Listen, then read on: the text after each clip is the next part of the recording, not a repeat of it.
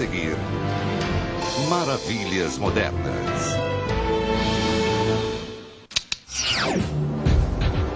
Eles movimentam nossas vidas. De carros a cortadores de grama, de navios a locomotivas. Eles transformaram o mundo e nos levaram à Lua. Hoje, em Maravilhas Modernas, motores.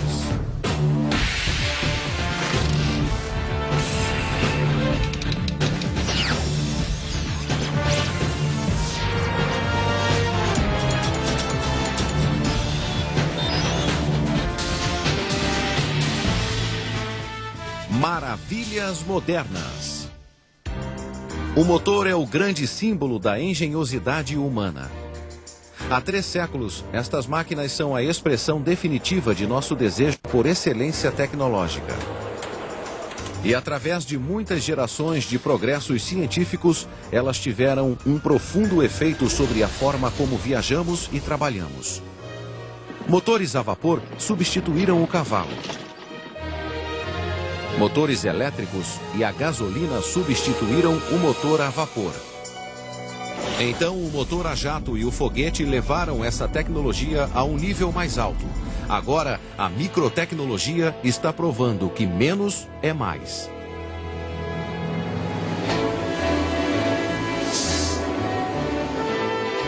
Esta marcha através dos séculos começou quando o motor a vapor deu início à Revolução Industrial. Ele libertou a humanidade da dependência de fontes primárias de energia, como o vento, a água e a tração animal. Motores a vapor movimentavam máquinas, trens, navios, tratores e automóveis. Before steam, mostly we used animals as our mode of transportation. When steam came along, of course, we could move more material faster and more reliably than we could, of course, with animals. And so that was a big transformation. People became less tied to being in small cities. They could live out in the farm and still be connected, if you will, to the cities. Em um motor de pistão a vapor, o vapor entra em um cilindro e empurra o pistão. Depois entra pela outra ponta, empurrando-o de volta. O vapor vem de uma caldeira, um recipiente com água que é aquecido pela queima de combustíveis como madeira, carvão, petróleo ou gás natural. Um motor de turbina a vapor é como um moinho, mas as pás são giradas por vapor pressurizado e não pelo vento. Até hoje, turbinas a vapor são muito usadas. Na verdade, elas geram a maior parte da nossa eletricidade. O cientista grego Ero, da Alexandria, construiu o primeiro motor a vapor há cerca de 2000 anos. Era apenas uma bola de metal com 2 bicos, parecidos com os de uma chaleira. Quando o vapor era inserido na bola, ela girava. Ero o colocou em exibição no Serapeum, um museu de Atenas, onde entreteve visitantes por anos, embora fosse considerado apenas um brinquedo interessante. Em 1705, 2 engenheiros ingleses, Thomas Avery e Thomas Nicholman, produziram um grande motor a vapor usado para drenar minas de carvão inundadas. O motor usava um pistão que se movimentava dentro de um tubo chamado de cilindro. These early engines didn't have the gearing that could convert reciprocal motion into circular machine driving motion. That didn't happen until the 1770s when James Watt developed what is probably the most famous steam engine of the 18th century. James Watt, um professor da Universidade de Glasgow, aprimorou o motor a vapor, tornando-o mais eficiente na movimentação de máquinas. Seu regulador com bolas giratórias se expandia com o aumento da velocidade. A força centrífuga separava as bolas de ferro, fechando uma válvula e reduzindo a velocidade do motor. And as it spread out, it would control the movement of steam into the cylinder. And that was a very efficient device to keep it from revving out of control, but more importantly, to keep it in a steady, regular, uniform motion. Em 1800, havia mais de 1.500 motores a vapor funcionando na Europa e nos Estados Unidos. Além de drenar água das minas, também movimentavam máquinas nas fábricas. Britain was the first nation in the West and in the world really to become industrialized, and so much of what was going on there was built around the advent of steam power. Em 1830, navios a vapor atravessavam o Atlântico regularmente. Os primeiros navios a vapor não eram muito diferentes dos veleiros da época. Ainda possuíam mastros e velas, mas a grande diferença era a roda de pás no meio do casco. Girada por um motor a vapor, ela fornecia energia extra para o navio. Both steamboats, then later railroads, dramatically shortened the time that people could traverse long distances. The American politician John C. Calhoun often used the expression about conquering space. And basically that's what these machines did, was that they helped to conquer space. They shortened distances between two places. Isso era ainda mais verdadeiro no caso das locomotivas que cruzavam o oeste americano no século XIX. Em 1860, havia mais de 48 mil quilômetros de ferrovias nos Estados Unidos. E em 1869, foi fincado o espigão de ouro em Utah, unindo os trilhos que cortavam o país de costa a costa. A maioria dos trens americanos eram puxados pelas locomotivas 440, que possuíam 4 rodas de direção e 4 de impulso. Elas pesavam 50 toneladas. O vapor também era utilizado na agricultura. Whether you're burning straw in the field with an agricultural engine, whether you're burning wood, whether you're back east and you're burning coal, the steam engine was very adaptable and hungry for any fuel you could feed it. Isso o tornava ideal para o uso agrícola. Enormes tratores começaram a transformar as fazendas no fim do século XIX. That was an era when terms like behemoth, Leviathan, some of those terms were very commonly used. Some of these engines, weighed up 10, 20 tons. Huge. Em meados do século XIX, um americano chamado George Corliss desenvolveu o motor a vapor mais importante desde James Watt. Seu novo sistema regulador permitia que o motor funcionasse com mais constância, tornando-o ideal para a indústria têxtil. Este motor Corliss operava em uma fábrica de açúcar na Califórnia em 1911. Por 67 anos, ele movimentou máquinas que transformavam beterraba em açúcar. They had steam readily available to cook and clean the beets, power all the machinery. It powered a generator in that factory, so they had the lights and the power for everything else, and the motive power to run the centrifuge to run the sugar out of the beet pulp. So, very efficient system. That steam engine just did it all. O enorme volante pesa 9.500 quilos e o motor inteiro tem 45 toneladas. Este motor de 300 cavalos funcionou até 1978, quando a fábrica de açúcar Holly, em Santa Ana, foi demolida. Um novo tipo de motor a vapor, sem pistões, foi criado no fim do século XIX por 2 engenheiros, o inglês Charles Parsons e o sueco Carl de Laval. É o único motor a vapor amplamente utilizado nos dias de hoje. A turbina a vapor, que usa vapor pressurizado para girar as pás de um rotor, é mais compacta do que o motor de pistão e suporta temperaturas mais altas e maior expansão do vapor. Isso significa mais potência. No início do século XX, muitos transatlânticos eram movidos a turbina. Em 1920, ela havia eliminado o motor de pistão nas embarcações maiores. Todos os grandes navios, do Queen Mary de 1934 ao United States de 1951, eram movidos por turbinas a vapor. Hoje, os porta-aviões e submarinos da Marinha Americana possuem turbinas de vapor nuclear.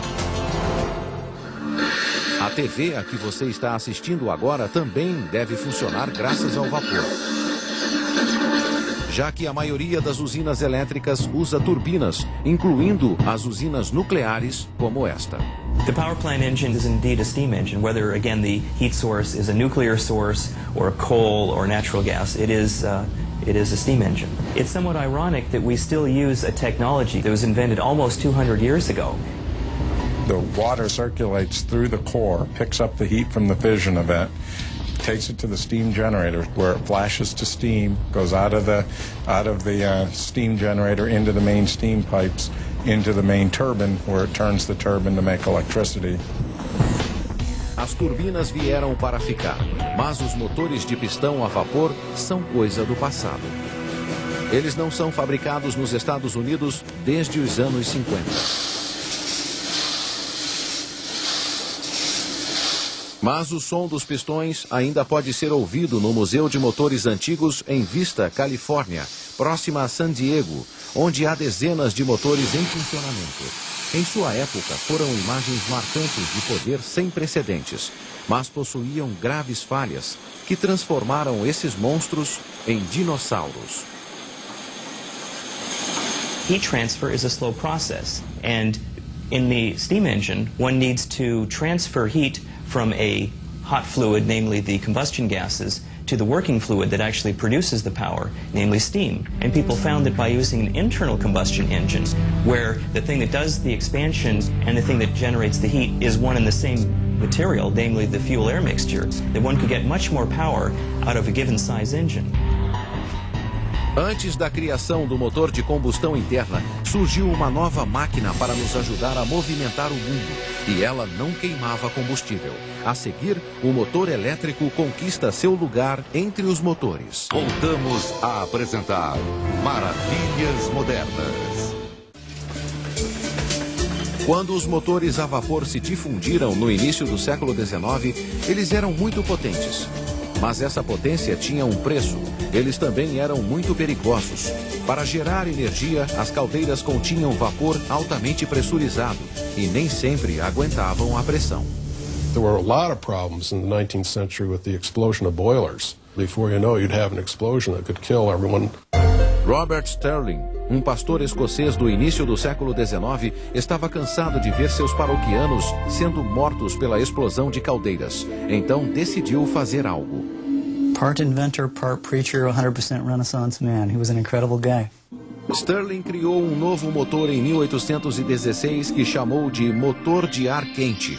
Hoje é conhecido como motor Stirling. The Stirling engines that he developed were low-pressure engines.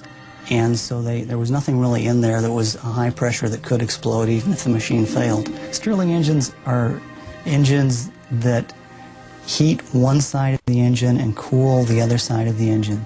And then there's a mechanism inside the engine that moves the air back and forth between the hot side and the cold side. When the air is on the hot side, it expands and pushes up on a piston. And when the air is on a cold side, it contracts and pulls down on a piston. Mas a invenção de Stirling tinha um problema. Os metais do século XIX não eram resistentes ao calor e o motor Stirling não era durável. The metals didn't stand up to the high temperature continuous flame. The boiler is the part of the steam engine that is exposed to continuous flame.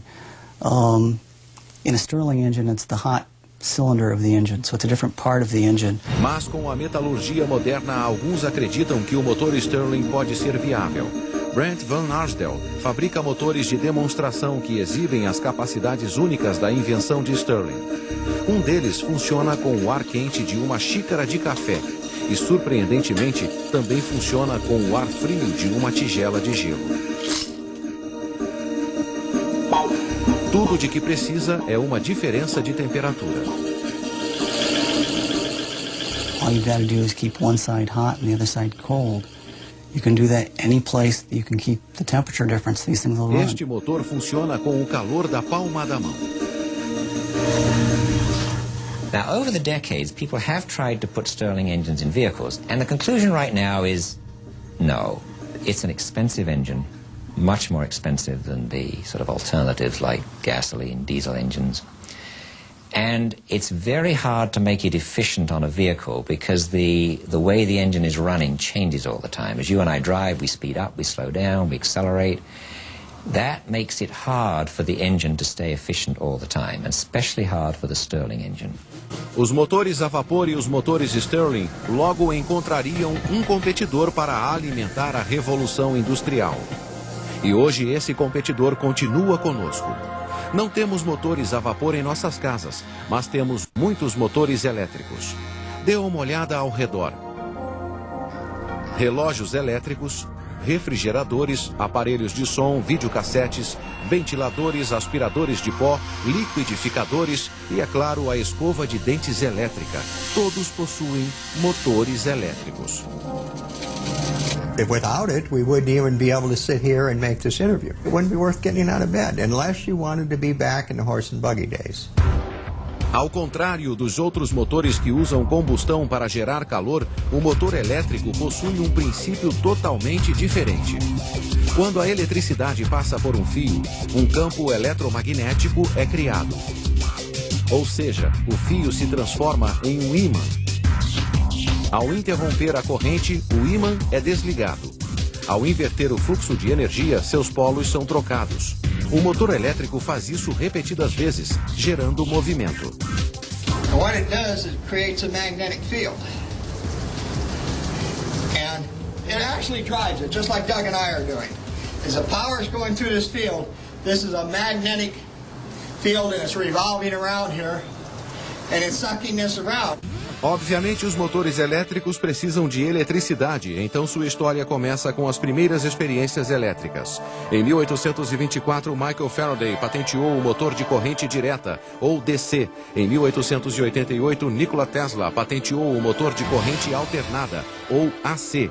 Hoje, usamos os dois. Se funciona com pilhas, é um motor DC. Se é ligado na parede, é um motor AC. Tesla was the first one who introduced the concept of alternating current, where you would change the polarity back and forth as 60 times or 50 times a second as it was. And Edison didn't believe in that. And Edison actually fired Tesla and he went to work for George Westinghouse. Tesla was right. Alternating current could be transmitted over miles and miles, and there were significant limitations for direct current transmission distribution systems. George Westinghouse comprou a patente do sistema de corrente alternada de Tesla e, em 1891, instalou a primeira linha de transmissão AC de alta voltagem da Califórnia, ligando o Vale de San Antonio a Pomona, em San Bernardino. Em 1894, Westinghouse começou a construir outra invenção de Tesla, o motor AC. Os motores elétricos foram utilizados nos primeiros carros, assim como os motores a vapor e os motores de combustão interna, que usavam combustíveis como a gasolina para movimentar um pistão. I don't think anyone knew, at least for the first decade or more of the automobile's existence as to who was going to win out. Por volta de 1912, o motor de combustão interna finalmente venceu. Ironicamente, graças à contribuição do motor elétrico, ele fazia a ignição. Acionava os pistões sem exigir esforço do motorista ou pior. Up until that time, you had to crank an engine to get it started, and it was not only difficult, but was dangerous. It could really break bones in your arm. If one of those things jerked back on you, you could really hurt yourself. But with the electric starter, that changed the whole ball game and immediately signaled the demise of both the electric automobile and the steam-powered automobile. Como a alavanca manual, a ignição elétrica iniciava os ciclos de combustão necessários para que o motor funcionasse sozinho. Alguns dos maiores motores elétricos são utilizados em elevadores. Em 1933, Westinghouse construiu os elevadores mais rápidos do mundo para o Rockefeller Center, em Nova York. Em 1972, ele instalou os elevadores do prédio mais alto do mundo na época, a Sears Tower, em Chicago. Nos anos 90, o motor elétrico voltou aos automóveis com o lançamento do EV1 da General Motors. Ele é leve, com uma carroceria forte e um dos carros mais aerodinâmicos já construídos. Alguns dizem que é mais parecido com um avião do que com um carro. O EV1 foi um fracasso e a GM encerrou sua produção em 2000. Como em todos os carros elétricos, seu problema era a falta de autonomia. If you're in a hurry to go someplace and you can only get 100 miles, have to stop 8 hours to charge, I mean, you might as well have a covered wagon. I think it's unlikely that in the next 10, 20 years, electric vehicles will compete with standard cars. Battery technology is just not good enough, and these batteries are expensive once you take them up to the scale that you need to store enough energy to drive a vehicle. Now, if they get a bit smaller, and we're willing to have a limited range, it might be that electric vehicles will be interesting, because they really would have no emissions where the car is being driven.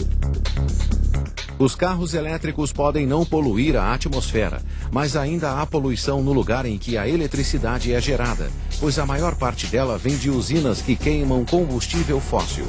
Como veículos elétricos exigem baterias de autonomia limitada ou fios elétricos para se conectarem, eles são mais populares no transporte público do que no privado. Cidades como Los Angeles inauguraram seus bondes elétricos no início do século XX e algumas ainda os usam. Todos os metrôs e sistemas de trânsito rápido possuem motores elétricos. Na língua inglesa, os motores elétricos são chamados de motors, enquanto os demais são conhecidos como engines. Por que essa diferença? É um debate que pode ocupar cientistas e engenheiros por horas. Às vezes, eles o chamam de o grande debate dos motores. I don't think there's a clear answer. Technically, we use the word engine for a device that takes energy from some source, like fuel, and converts it into power that we can use to drive something. Engines versus motors. In my personal opinion, I think that an engine, when I think of engines, I think of heat engines. I'm a thermodynamicist, and we talk about heat engines. There are many inconsistencies, even within the industry, with regard to nomenclature. The things that I would call motors, as opposed to engines, would be primarily things like electric motors. E como explicar os motores de popa que contêm engine? Very good question. I never said we were consistent in how we use those words. In the automotive industry, a motor is an electrical machine, an engine is an internal combustion machine. E por que Detroit é chamada de Motor City? Another very good question. A seguir, o motor de combustão interna cria uma nova indústria e o mundo fica encantado com a motorização. Maravilhas modernas. Na hora do rush, em uma cidade como Los Angeles, fica claro como o motor de combustão interna mudou o mundo. Da próxima vez em que pegar um congestionamento, pense em Etienne Renoir. Ele desenvolveu o primeiro motor de combustão interna em 1860. Como os primeiros motores a vapor, ele foi criado para drenar a água de minas de carvão. Foi um grande sucesso e cerca de 5.000 unidades foram vendidas. 16 anos depois, Nicholas Auto patenteou o primeiro motor de 4 tempos de combustão interna. Este sistema é usado em quase todos os carros modernos. Portanto, o nome automóvel é bastante adequado. We're still using that same 4-stroke cycle, and roughly our arrangement, we've got a piston in a cylinder, we've got a connecting rod, and we've got a crank as our simple mechanism for converting the up and down piston motion to rotation of a drive shaft. That's what he came up with, and we're still using that today, 150 years later. Em 1892, Rudolf Diesel patenteou o motor a diesel. Note the absence of a spark plug. Ele é similar ao motor comum, mas não possui velas de ignição. O ar é sugado quando o cilindro desce. Depois, é comprimido quando ele sobe, ficando extremamente quente. Tão quente que quando o óleo é injetado, a mistura de ar e combustível explode. A Mercedes-Benz construiu os primeiros automóveis a diesel nos anos 30. Por causa de sua força bruta e resistência, os motores a diesel são usados em caminhões e equipamentos pesados.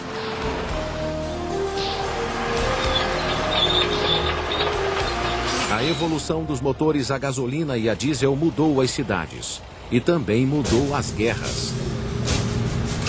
Na Segunda Guerra Mundial, a produção de motores americanos atingiu um recorde histórico. Os motores feitos em Detroit alimentavam a guerra. Os fabricantes americanos usaram suas máquinas para construir 4 milhões de motores para caminhões, carros e aviões. Esta fábrica no Michigan custou ao governo 65 milhões de dólares. Sob a gerência de Henry Ford, ela entregou 57 mil aviões e 9 mil bombardeiros. Ford também fabricou 250 mil tanques e jipes. Since we were relying on piston engine aircraft for our fighters and bombers, the automobile industry converted its engine production facilities to producing engines for these applications, and the new car production went down to very low numbers. Até os anos 50, o objetivo da indústria era fazer motores mais potentes e baratos. Então, algo surgiu no horizonte: a poluição. E graças a ela, a tecnologia de motores precisou avançar em outra direção. Sistemas de controle de poluentes criados nos anos 60 e 70 reduziram as emissões, mas também diminuíram a potência, pois limitavam a entrada de ar. Um motor que não pode respirar livremente produz menos potência. Na vida do motor de combustão interna, a maioria dos avanços foi evolucionária, mas um deles foi revolucionário. O inventor alemão Felix Wankel projetou um motor de combustão interna radicalmente novo em 1924. Mas somente em 57 conseguiu construir o primeiro motor Wankel rotativo. Ele era completamente diferente do motor a pistão, e como girava, ao invés de subir e descer, reduzia sensivelmente a vibração. Many people over time have tried to think of a better geometry. There are some negatives to this simple piston connecting rod cylinder arrangement. Masses move up and down, and that's hard to prevent that causing vibration. But so far, with the one exception of the Wankel, nobody's invented a geometry that's got into real-world production. This roughly triangular-shaped rotor sort of moves around inside a container, but not quite symmetrically. It's off-center. And so as it rotates this triangular rotor, it creates sort of smaller volumes and larger volumes in a similar way to the piston moving up and down in a standard engine cylinder. I have a very strong attachment to the rotary engine, without any questions. Kobi Kobayakawa, recentemente aposentado, dirigiu o projeto do carro de motor rotativo RX-7 da Mazda.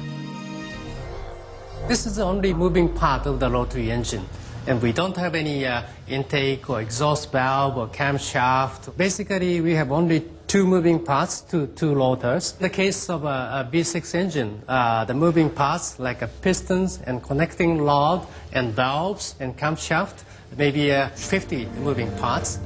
Em 2001, a Mazda concluiu o desenvolvimento de um novo carro com motor rotativo chamado de RX-8.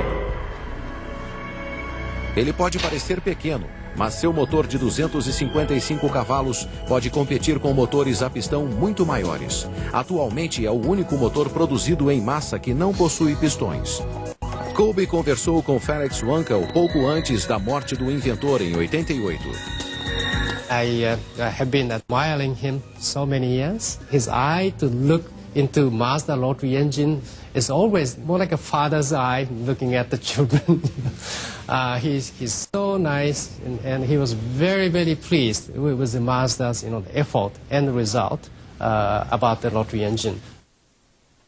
Felix Wankel ficaria orgulhoso em saber que sua ideia radical, concebida em 1924, continua girando.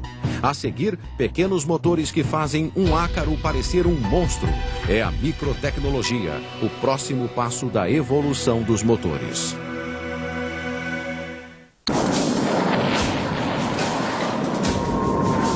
Em 1941, o mundo estava em guerra. E era a vez de um novo tipo de motor deixar sua marca: o motor a jato.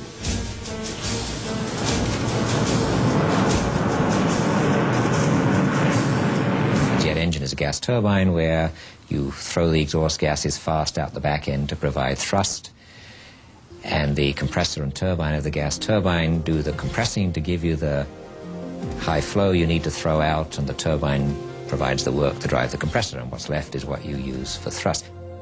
Imagine if you're baking cookies. Imagine if you bake the cookies one at a time. You put some dough on a tray, you shove it into the oven, you wait for it to bake, and then you pull it out.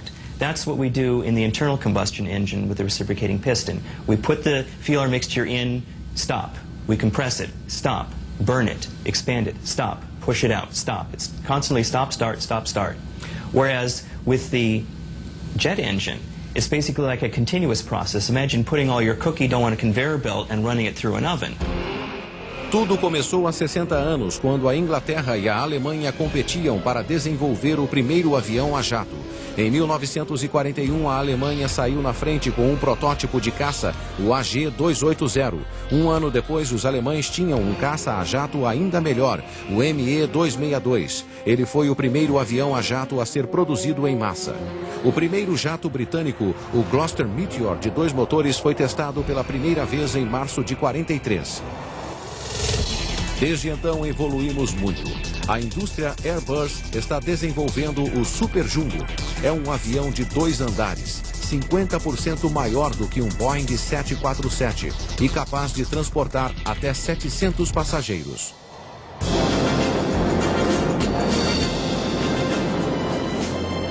No início, os motores a foguete e a jato eram muito próximos e quase não havia distinção entre eles.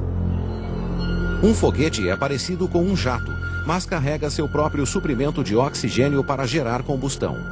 Os jatos sugam o oxigênio do ar, os foguetes dos tanques de oxigênio anexados. Isso quer dizer que um foguete pode viajar pelo espaço onde não há oxigênio. As experiências do americano Robert Goddard com foguetes dos anos 30 foram seguidas pelos testes de Werner von Braun, na Alemanha nazista, que levaram à criação dos foguetes V2. We knew that we had created a new means of warfare. A tecnologia criada por Goddard e von Braun permitiu façanhas como o rompimento da barreira do som por Chuck Yeager em 47, o lançamento do Sputnik em 57 e a viagem da Apollo 11 à Lua em 69.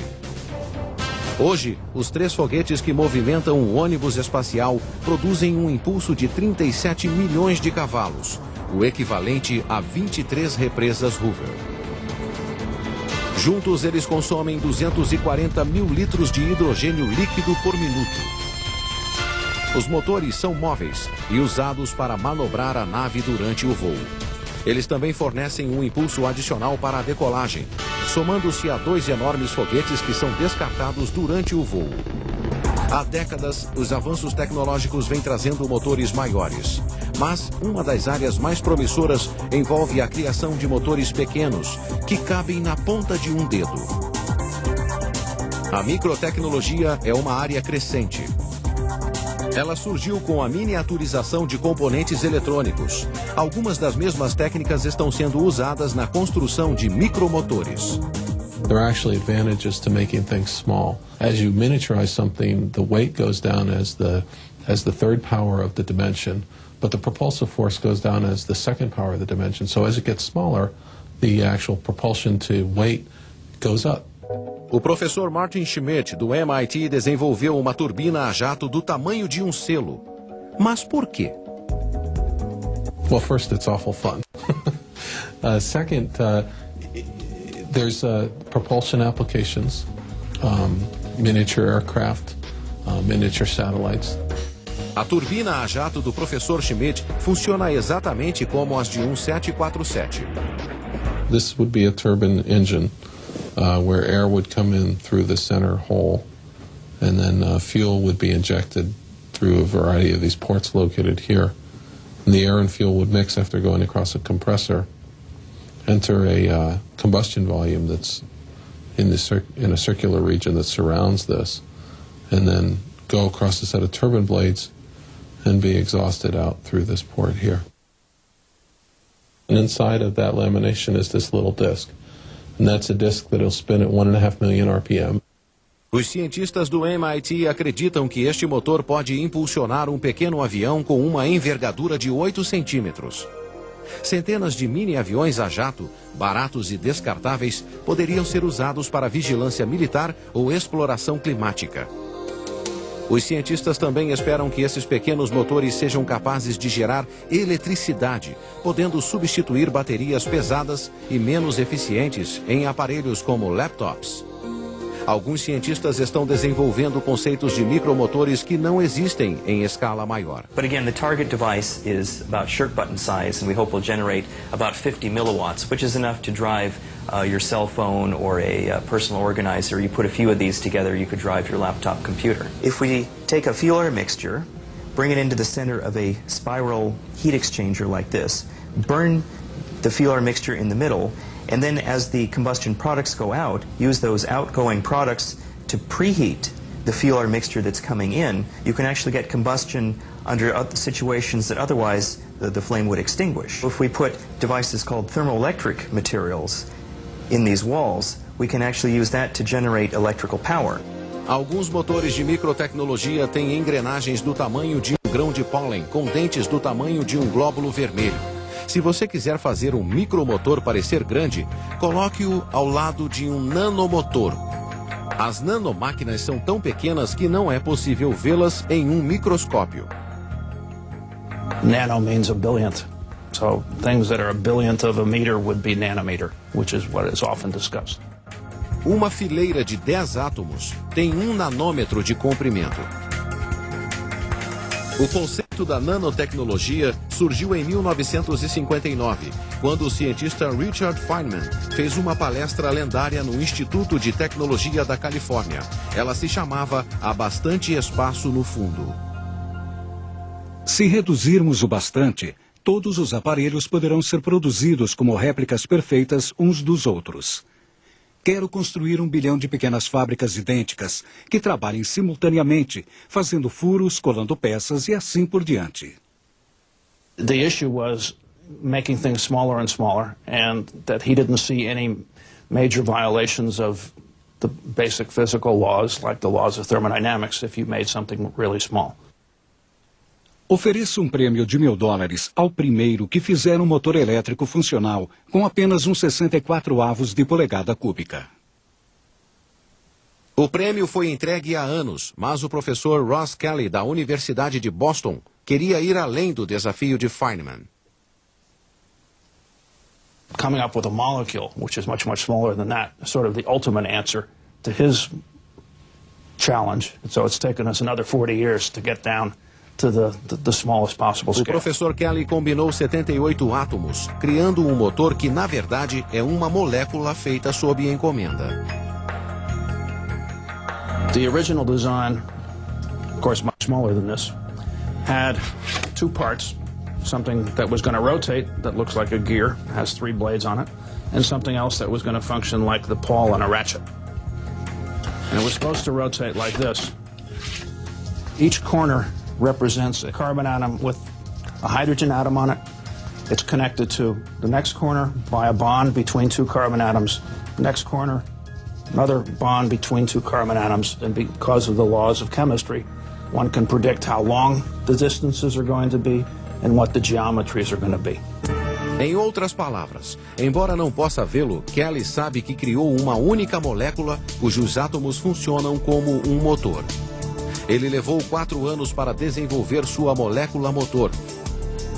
Mas hoje, ela pode ser produzida em lotes, grandes lotes. Yeah, we had a flask with something like 10 to the 20th, approximately a billion molecular motors in it. You could make as many as you want, trillions and trillions and trillions.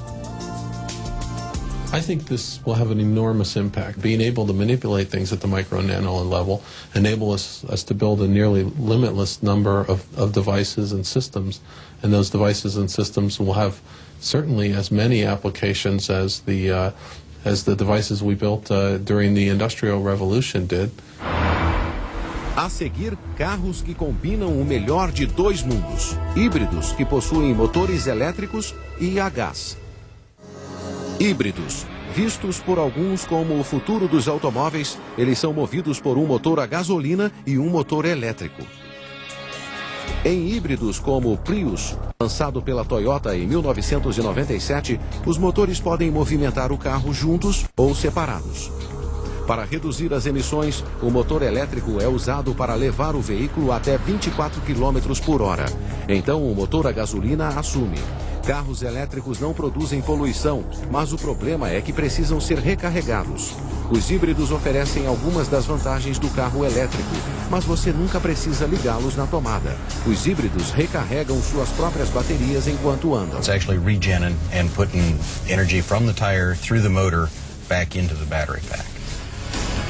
Com o freio regenerativo, o carro desacelera usando o motor elétrico como gerador.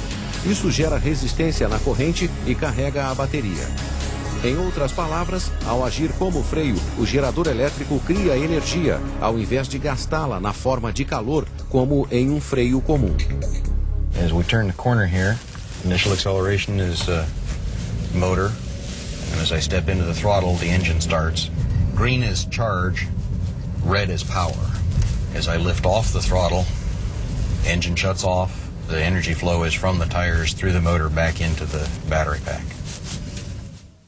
A Honda, concorrente da Toyota, colocou no mercado o seu híbrido, o Insight, em 2000.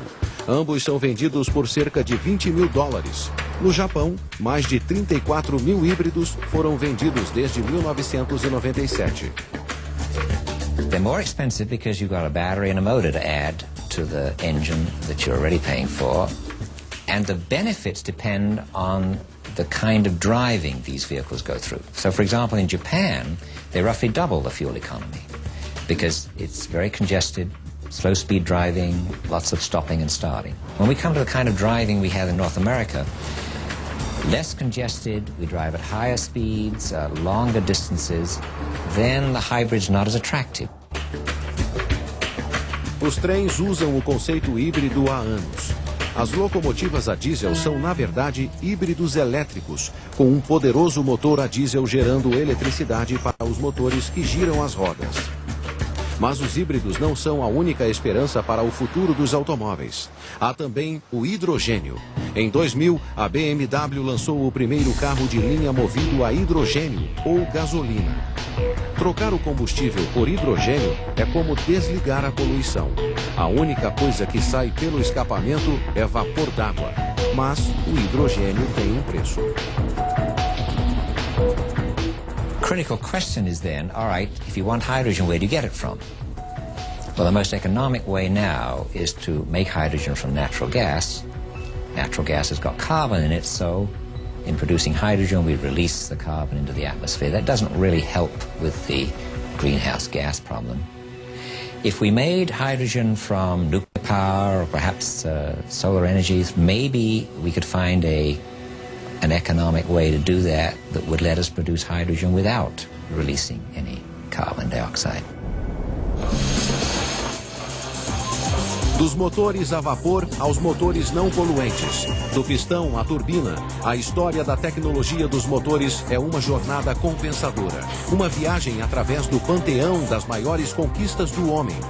Desde que Aero construiu o primeiro motor a vapor na Grécia Antiga, o fascínio humano pelos motores só tem aumentado. I did it because I thought it would be neat, mostly, and I wasn't terribly worried about applications. Sem dúvida, este fascínio nos manterá conectados ao futuro e alimentará nossa habilidade de mudar o mundo, sempre inventando novos tipos de motores, mesmo que não saibamos ao certo para que servem.